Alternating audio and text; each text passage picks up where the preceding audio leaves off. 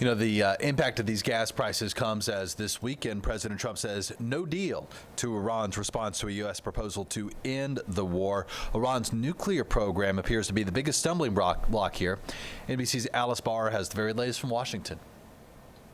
Hi there. President Trump's upcoming trip to China was delayed once to focus on the war with Iran, and Democrats are arguing the conflict weakens his ability to cut deals there, though administration officials are predicting good news for American workers.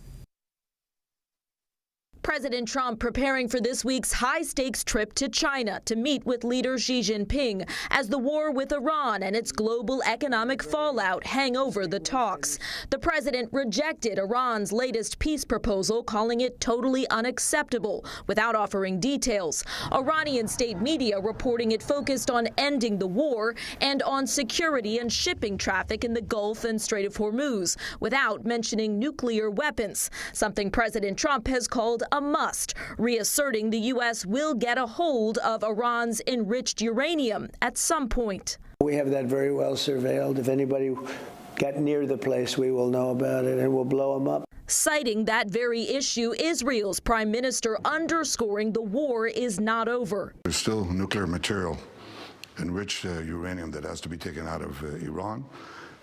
There's still enrichment sites that have to be dismantled. The U.S. Energy Secretary on NBC's Meet the Press suggesting an interim deal might not fully address Iran's nuclear program.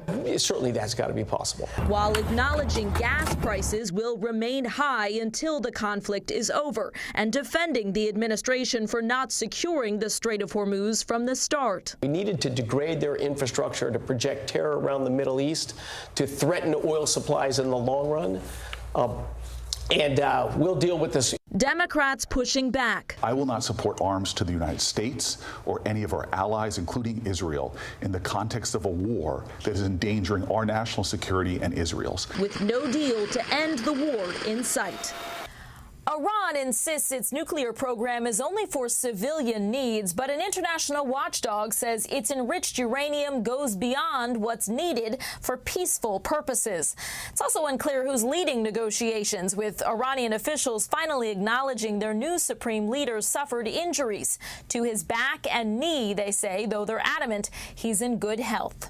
In Washington, I'm Alice Barr. Back to you.